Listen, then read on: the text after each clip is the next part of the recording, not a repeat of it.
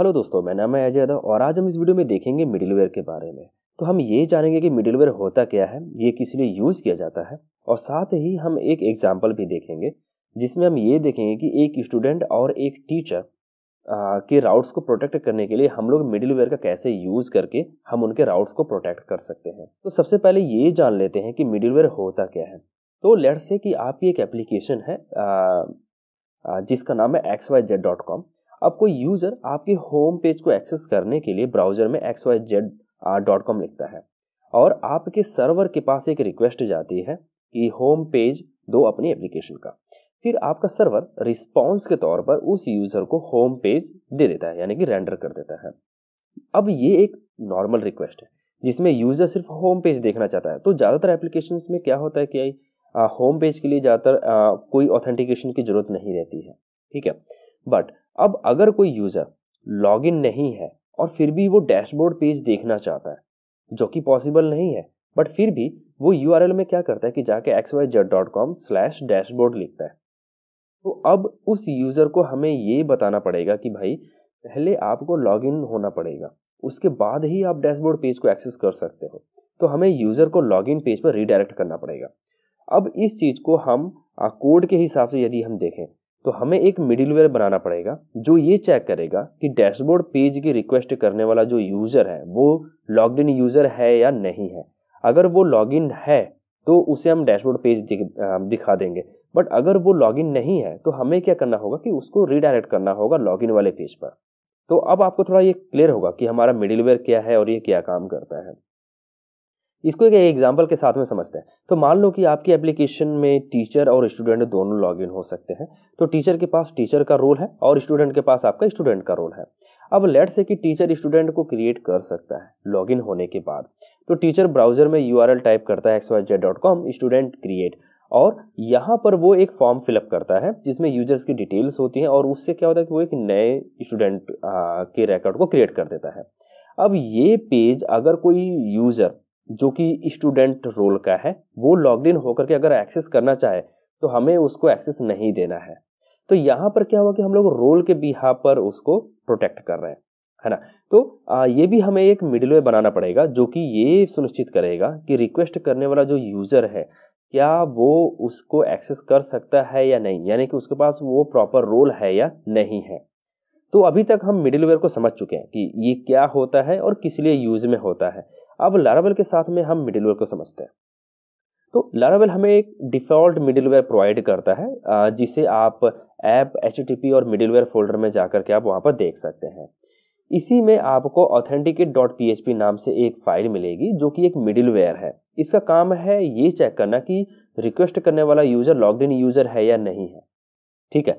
अगर लॉगिन है तो डैशबोर्ड पेज को एक्सेस करने देगा, अगर नहीं है तो वो उसको रीडायरेक्ट कर देगा आपके लॉगिन पेज पर।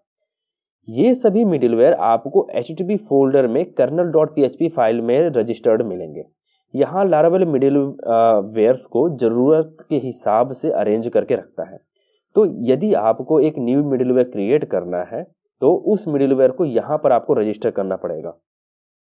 यहाँ आपको दो तरीके के मिडिलवेयर देखने को मिलेंगे, एक तो होगा हमारा ग्लोबल मिडिलवेयर और दूसरा होगा हमारा लोकल मिडिलवेयर।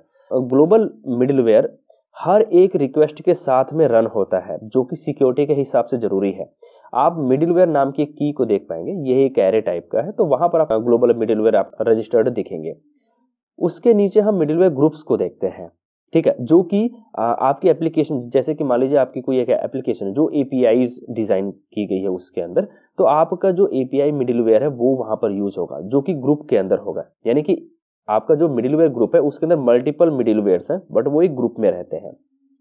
और फिर आते हैं आपके लोकल मिडिलवेयर जो कि राउट मिडिलवेयर नाम से एक एरे की है, वहां पर आपको दिख जाएंगे। जब यूजर ग्लोबल मिडिलवेयर से पास होकर एप्लीकेशन में घुस जाता है तब वहां पर आपका लोकल मिडिलवेयर काम करता है जो कि आपकी फिल्टरिंग का काम करता है। तो अभी हम एक प्रैक्टिकल एग्जांपल देख लेते हैं। तो यहाँ पर यूजर्स टेबल के अंदर मैंने एक रोल नाम का एक कॉलम ऐड कर दिया है और बाय डिफॉल्ट उसके अंदर स्टूडेंट रहेगा, और यहाँ पर एक स्टूडेंट हमने यहाँ पर एक फैक्ट्री से एक डेटा क्रिएट कर लिया और एक टीचर का जिसमें रोल टीचर का है। तो यदि आप रोल टीचर प्रोवाइड करते हो तो ठीक है, अगर आप नहीं प्रोवाइड करते हो तो वो बाय डिफॉल्ट आपका स्टूडेंट रहेगा। और यहाँ पे फिलेबल प्रॉपर्टी के अंदर भी हमने रोल डाल दिया है। तो अभी हम क्या करते हैं कि अपने राउट्स के अंदर चलते हैं और यहाँ पर एक हम राउट डिफाइन कर लेते हैं जो कि टीचर के लिए रहेगा।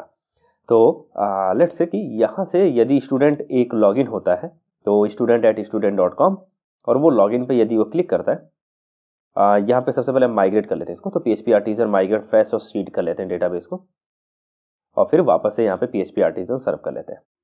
तो अभी यदि मैं यहाँ पे पासवर्ड वगैरह डाल करके यदि मैं लॉगिन होता तो हमारा यहाँ पे स्टूडेंट लॉगिन हो जाएगा और ये अपने डैशबोर्ड वाले पेज को देख सकता है यहाँ से। तो अभी हमें क्या करना है कि यहाँ पर यदि URL में यदि वो टीचर लिखे तो यहाँ पर मैं क्या करता हूँ कि एक राउट्स यहाँ पे क्रिएट कर लेते हैं। तो यहाँ पर एक हमने राउट क्रिएट किया टीचर के लिए, और यहाँ पर फंक्शन के अंदर हम क्या करते हैं कि उस यूज़र की हम जो डिटेल्स है उसको DD कर लेते हैं यहाँ पे। तो हमने यहाँ पे लिखा कि ऑथ यूज़र, और यहाँ पे हमने इसको क्लोज कर लिया। ठीक है, तो अभी हम इसको सेव करते हैं और यहाँ से यदि मैं डैशबोर्ड से हट के यदि मैं यहाँ पे टीचर लिखता हूँ तो ये हमें टीचर्स की डिटेल यहाँ पे प्रोवाइड कर दे रहा है। यहाँ पे 2 एरे कर देते हैं ताकि वो एरे की फॉर्म में हमें यहाँ पे डिटेल्स वगैरह दिखाई दे। तो यदि मैं फिर से इसको रिफ्रेश करता हूँ तो ये देखिए यहाँ पर स्टूडेंट की डिटेल हमें दिख रही है। क्यों? क्योंकि स्टूडेंट हमारा लॉगिन है। अभी ये टीचर वाले पेज को भी एक्सेस कर पा रहा है। तो अभी हम क्या करते हैं कि एक यहाँ पे मिडिलवेयर क्रिएट कर लेते हैं। तो मिडिलवेयर के अंदर हमने क्या किया कि ऑथ पास किया हुआ है, जो कि यहाँ पे ये चेक करेगा कि यूजर लॉगिन है या नहीं है। उसके बाद हम यहाँ पे रोल पास करना चाहते हैं जो कि होगा टीचर का।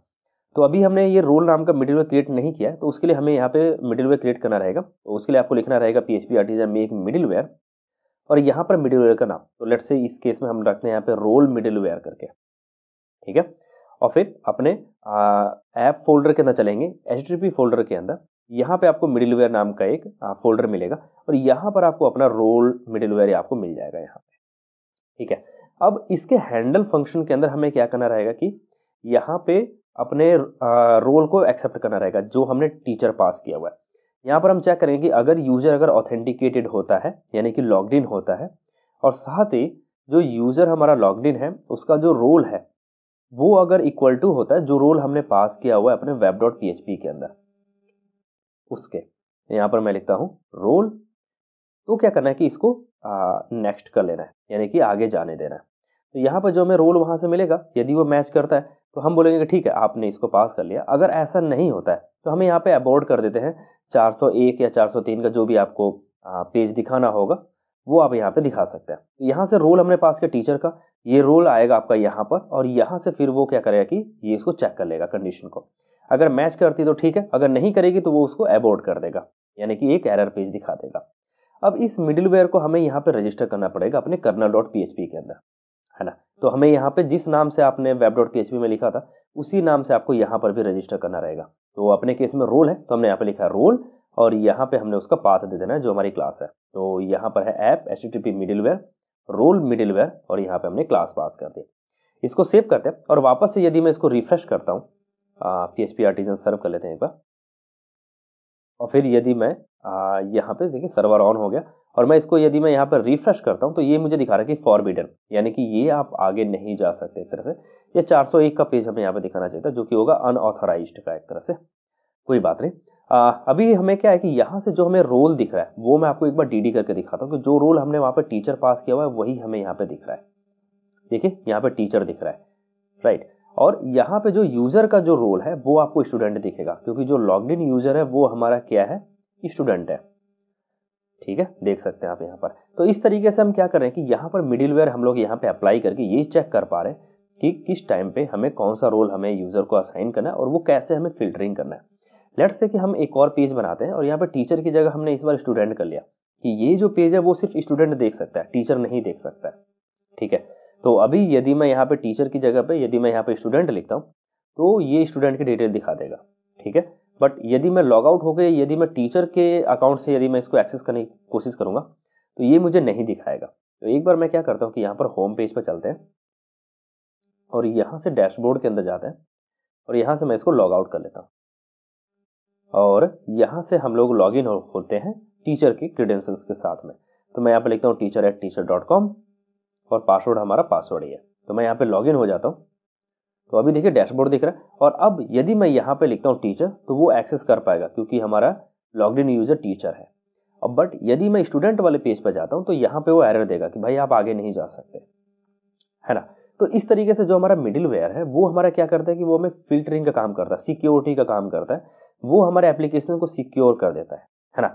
यदि आप उसको अनऑथराइज्ड का पेज यदि आप नहीं दिखाना चाहते तो आप उसको रीडायरेक्ट भी कर सकते हैं यहाँ से। तो जो भी आप राउट यहाँ पे पास करेंगे वो आपको यहाँ पे दिख जाएगा।